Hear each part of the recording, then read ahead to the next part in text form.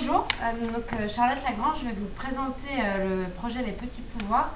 Et pour vous le présenter, je vais d'abord vous faire un petit rewind sur la compagnie, dont vous avez vu comme ça des images des spectacles depuis ses débuts. Et donc pour vous présenter la compagnie, je dois parler de moi, de mon travail d'autrice et de metteuse en scène. En fait, j'ai été formée au TNS en dramaturgie après des études de philo à la Sorbonne et un master pro de mise en scène dramaturgie à Nanterre.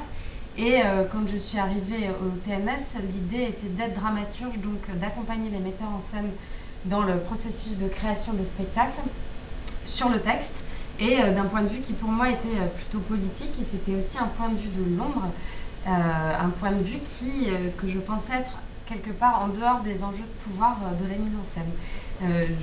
Évidemment, j'en parle par rapport à la question des petits pouvoirs qui viendra après. À l'école du TNS, du coup, j'ai découvert les acteurs et le plaisir de diriger les acteurs, ce qui n'est pas du tout, c'était pas du tout l'image que je me faisais de ce travail. Je me suis rendu compte que c'était de chercher ensemble. Et j'ai commencé du coup à faire des mises en scène à l'école, et c'est en sortant de l'école, en montant ma compagnie, en adaptant des romans, que j'ai commencé à écrire. Donc c'est la mise en scène et les acteurs qui m'ont amenée à l'écriture. Le premier spectacle, c'était je voulais adapter Jeunesse sans Dieu de Don von Horvath, et j'étais à ce moment-là dramaturge pour Joël Joanneau, et je lui montre l'adaptation que j'ai commencé à penser.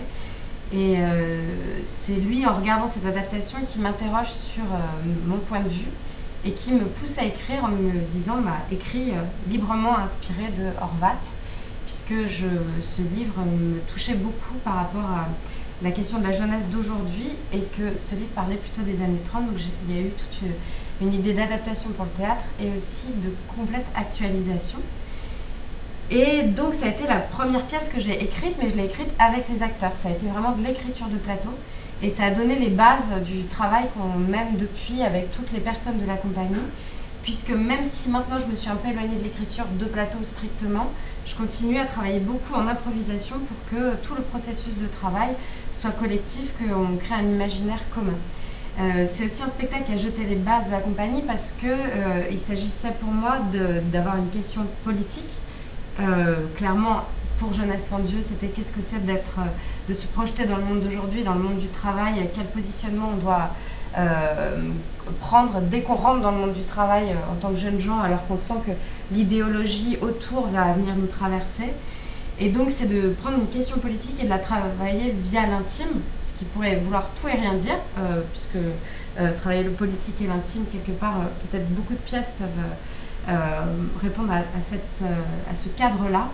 Pour moi, c'est surtout d'interroger la responsabilité de chacun dans un cadre politique, se dire, quand je me pose une question macroéconomique, par exemple, j'essaye de voir quelle place on a là-dedans.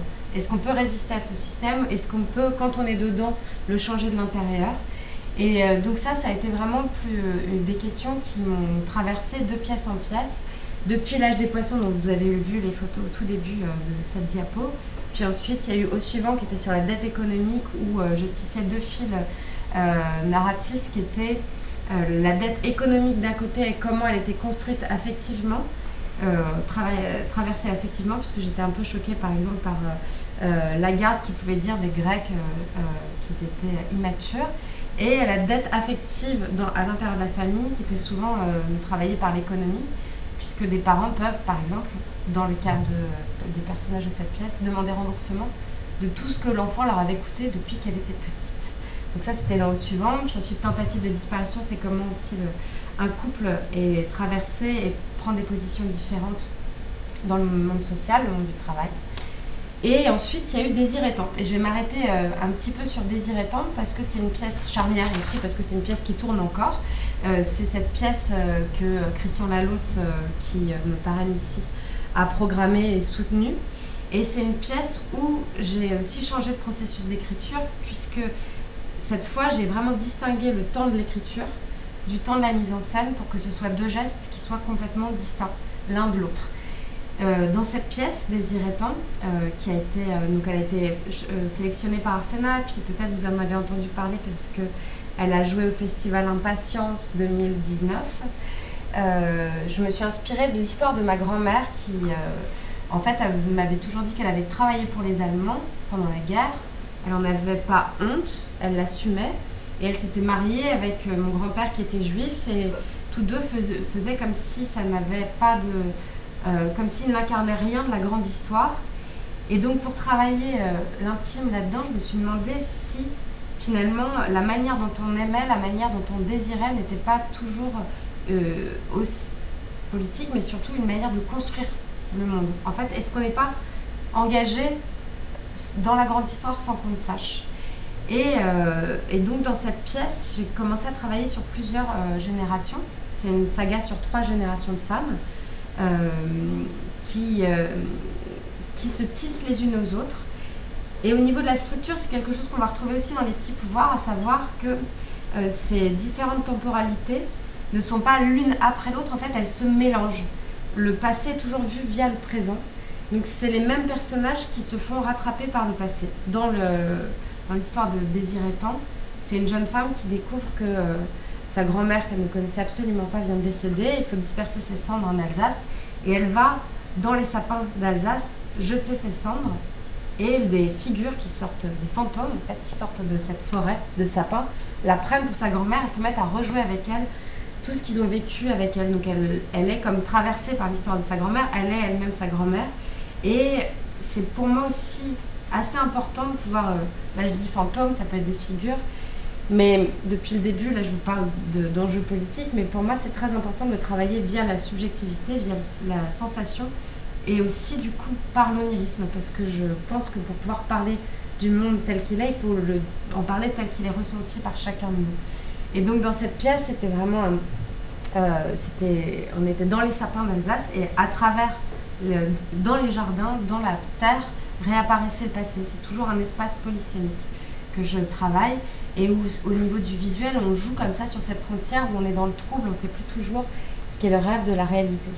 Et ça, c'est vraiment, j'en parle parce que de Désiré Tand au petit pouvoir, il y a vraiment, quelque part, Désiré Tand ouvre ces manières de faire. Et les petits pouvoirs, ça va être le développement de ça autrement. Parallèlement au petit pouvoir, parallèlement à Désiré Tand, j'ai commencé à écrire une autre pièce, puisque j'avais travaillé avec des mineurs étrangers. J'ai voulu rencontrer les travailleurs sociaux qui étaient autour d'eux, parce que je me suis rendu compte qu'il y avait un mal-être au travail assez dingue. Et du coup, j'ai décidé d'écrire une petite forme en préparant les petits pouvoirs. J'étais sur la question du travail, de l'enjeu à l'intérieur du système du travail. Est-ce qu'on peut changer le grand système? Puisque je voyais que ces travailleurs sociaux, pour pouvoir bien faire leur travail et accueillir les mineurs étrangers, ils étaient obligés de sortir de la légalité et des limites imparties par leur travail. Et donc dans cette pièce, j'ai commencé à bosser d'autant plus sur la place de la femme et la place du travail, la place de la femme dans le travail. J'ai décidé d'en faire une petite forme, c'est un monologue qui s'appelle L'Araignée, qui a joué à Avignon cet été, qui a été édité par Théâtre Ouvert, et donc qui est joué par Emmanuel Lafont. Ces 2 pièces, elles ont jalonné l'écriture des petits pouvoirs. Je savais que je voulais commencer à écrire sur la domination sexuelle au travail. J'étais très inspirée par ce que je pouvais voir dans le milieu du théâtre, sans avoir du tout envie de parler du monde du théâtre. Évidemment, ça rejoint beaucoup ce qui se passe en ce moment avec le mouvement MeToo. Je me rendais compte en tout cas que depuis le mouvement MeToo, on parlait beaucoup des rapports de genre, hommes-femmes, mais finalement, on oblitérait un petit peu la question des enjeux de pouvoir. C'était pas ça qui était mis en premier, et j'avais besoin de voir comment, dans le travail, et pas seulement dans le travail, dans la création, chez des personnages qui sont censés penser le monde comme nous dans le théâtre, et comme là, dans le petit pouvoir, dans le milieu de l'architecture, des gens qui sont vraiment conscients, qui organisent la société, qui organisent les rapports par l'urbanisme, par l'architecture, comment chez eux, au moment où ils conçoivent une œuvre, ils sont rattrapés par des volontés de dominer l'autre ou de ne pas être écrasés. Donc j'ai commencé à écrire cette pièce comme une espèce de jeu d'échecs. J'écrivais des scènes vraiment comme un laboratoire où je voyais les personnages jouer les uns sur les autres. Et petit à petit, j'ai eu besoin de ramener de la fiction, de ne pas rester collée au réel, comme ça a été le cas pour Désiré Tand ou L'Araignée, où vraiment j'avais besoin d'un gros décalage dans les petits pouvoirs. ce décalage est passé par la forme du thriller. Où là, l'histoire des petits pouvoirs, c'est une jeune femme qui arrive dans une agence d'architecture dirigée par 2 associés, un homme et une femme. Et cette jeune femme perçoit quelque chose de ce qui se passe ou qui s'est passé entre ces 2 associés. Elle perçoit aussi ce qui va se passer plus tard. Elle a des visions d'un bain chaud japonais avec un cadavre ensanglanté. Elle ne connaît pas ce cadavre, elle ne sait pas qui c'est, elle ne sait pas quand ça va se passer, si ça va se passer. Et elle va se battre dans cette agence pour obtenir un projet qui doit se passer justement sur une île au Japon. Et donc ça, c'est dans la première partie où on est dans l'agence d'architecture parisienne. On a ce rêve du Japon. Et ce rêve d'un ailleurs rend possible l'oppression entre ces 3 personnages. S'y rajoute évidemment le petit copain de cette jeune femme qui, pour la pousser à se déployer, pour la pousser à développer son ambition, va la nourrir de thon, de tataki de thon, qui est un plat japonais absolument délicieux et dont il pense que ça va lui donner la force de se battre pour prendre sa place dans ce monde-là. Et ensuite, quand ils arrivent au Japon, elle a les visions de ce qui s'est passé avant. C'est pour ça que je vous parlais comme ça des mélanges de temporalité. Je vous en dis pas plus pour garder un petit peu le suspense et parce que le temps tourne. L'idée de ce spectacle, donc là on va rentrer en répétition mercredi, c'est d'être à la fois dans le onsen, ce bain chaud japonais volcanique qui fait apparaître ce qui s'est passé. On dit au Japon que les disparus s'évaporent dans les vapeurs des bains chauds. Donc on est toujours déjà dans le onsen, même quand on est dans l'agence d'architecture, la structure sous-jacente est ce onsen qui se révèle pas à pas. Et donc je vais travailler sur ça, sur ces révélations comme sur ces rêves, et sur l'eau, puisqu'on est dans les bains chauds, sur la manière dont quelque chose suinte parmi les personnages, quelque chose dégouline. On sent qu'il y a eu quelque chose de l'abus, du harcèlement. Et ça va apparaître pas à pas. Cette pièce, on va la créer en février 2022, donc on entre en répétition demain. Ce sera une pièce pour grand plateau avec 5 acteurs. Il y a dans l'équipe, il y a Genshi Maoka qui va jouer Toshi, le grand maître japonais, chez qui se sont rencontrés les 2 associés. Il y a Clara Lama-Schmidt qui va jouer cette jeune femme qui arrive dans l'agence. Sidney Ali Meheleb qui joue le petit ami de cette jeune femme. Et aussi Isabelle Renayette et Rodolphe Poulain qui jouent respectivement Diane et Benoît, les 2 associés de cette agence. Que donc je vais faire venir pour lire la première scène de la pièce.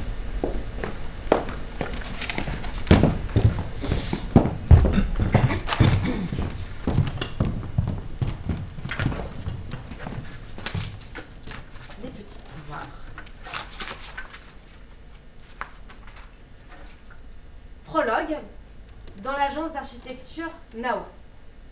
Dis donc, bravo. Tu as vu ça? Bravo à nous.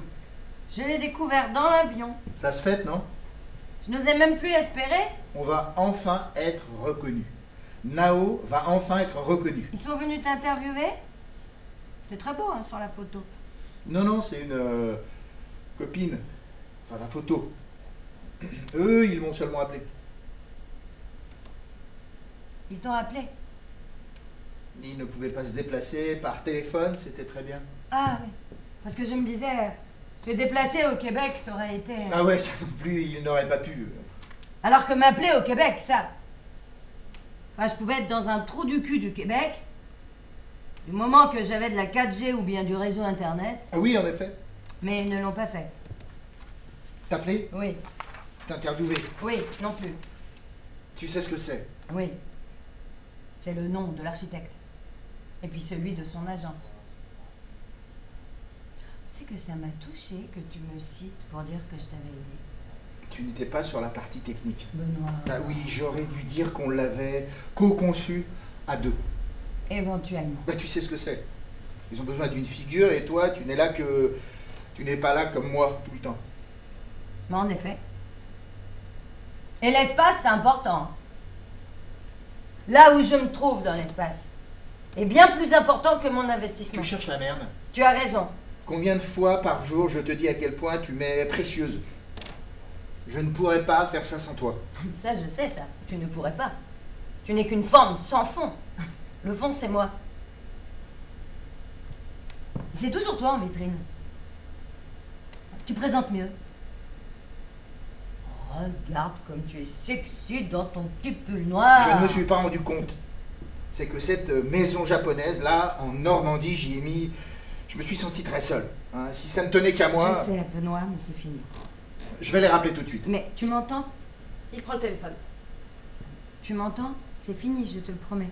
Ils feront un erratum dans le prochain numéro. Écoute-moi. Bah, ça sera déjà ça, je suis désolé. Laisse-moi finir. Mais je te laisse finir. Non, tu me laisses pas finir. C'est quand même fou.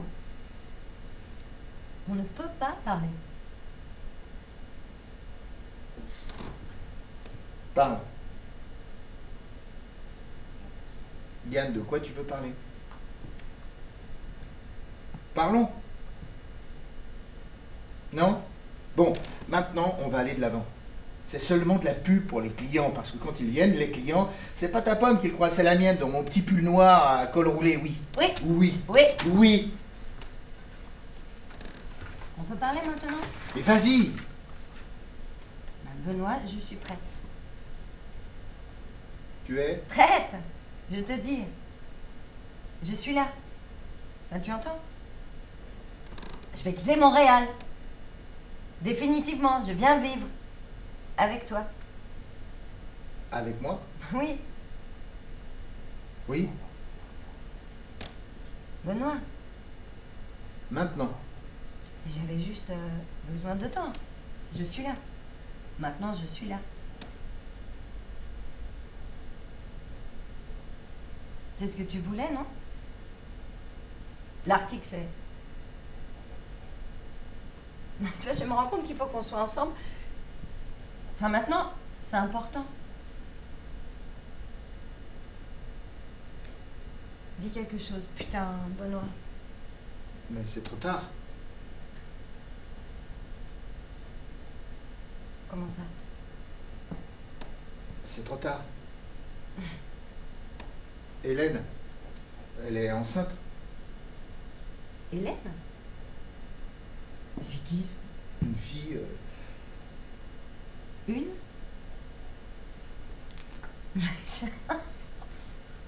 Je pensais que tu ne viendrais jamais. Pour t'installer ici, jamais. C'est trop tard. Elle est enceinte. Mais tu l'aimes? C'était pas une nouvelle que j'attendais, mais je suis content, je vais avoir un enfant. Tu l'aimes? On part au Japon dans 2 semaines. On veut voyager avant d'avoir un enfant. Il faut faire ça avant, après ce sera plus compliqué. Tu vas lui présenter Toshi? Tu veux qu'elle rencontre Toshi? Non, pas Toshidori. Ah bah, tu l'aimes pas? Mais on va à Imashima. Non.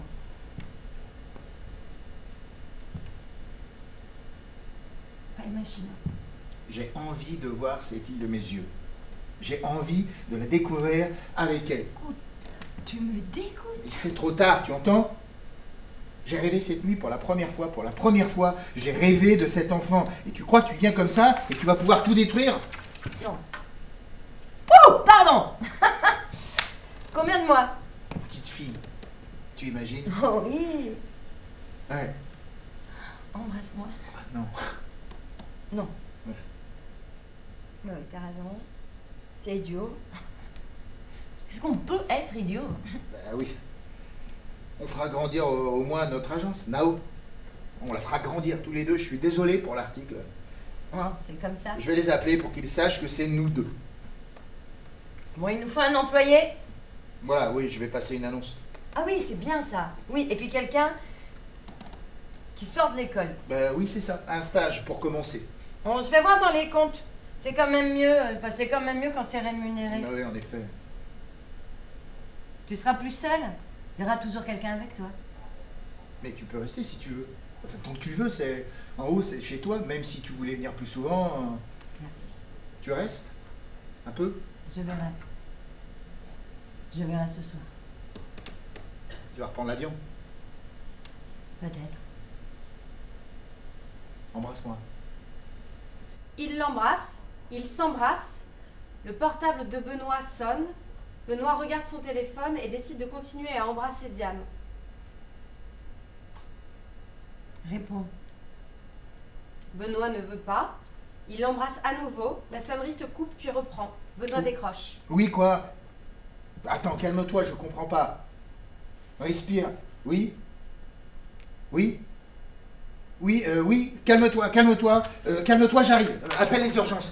Je prends la voiture, vite, appelle-les, si je les appelle sur la route, c'est moi qui crève, Les urgences? Elle a fait un malaise.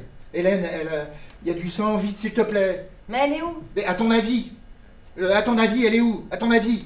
Il sort en courant. Diane compose le numéro des urgences. Elle attend que ça réponde. Une jeune femme entre. Noir. Et nous nous arrêtons sur cette première partie de prologue.